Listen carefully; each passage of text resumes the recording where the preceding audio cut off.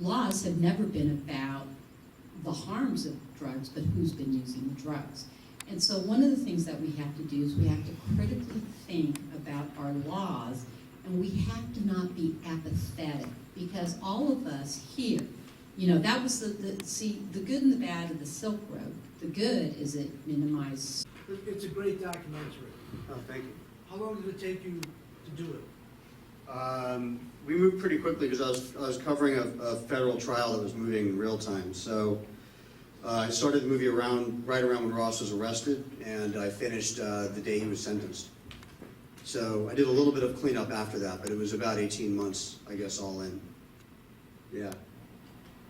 Anything else from the audience? Alex, I've always been curious. We exchanged letters. You know, I have to say, creatively, I was interested in making a movie about someone whom I didn't know.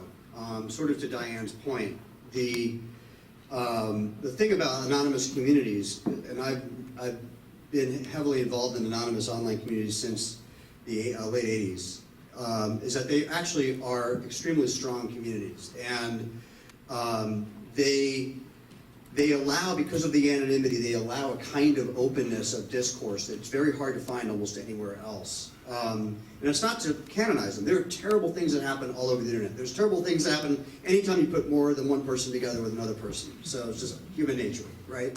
But the reality of the Silk Road was that the Silk Road forums were very similar to forums that have been online since the 80s, well, even earlier, what was called the Usenet BBS era. And there's a sort of philosophical thread and political thread that runs through that era that was very prevalent in the Silk Road. And a lot of the people on the forums, a lot of the architects of Silk Road came from that era and were political activists going back, well, they're going back to the 60s, but many of them were very active in the 80s. So that's something that people didn't really understand about Silk Road, was that it was kind of first and foremost a political engine. Whether you agree with it or not, you may think it's horrible, it's really irrelevant, but its motives were primarily political. And how did they end up distributing drugs? Goodness. Distributing drugs is a terrible way to move us to advance of politics.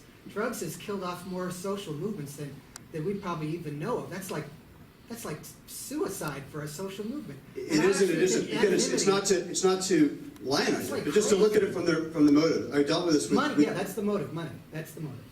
No, it wasn't. People don't sell drugs to free people. They sell drugs to make money because come on. No, it's actually not that. They don't reduce harm. They collect money. It isn't that simple. But there are people in the Silk Road who are absolutely making money. Sure. But just to finish my point, the same thing happened with Napster.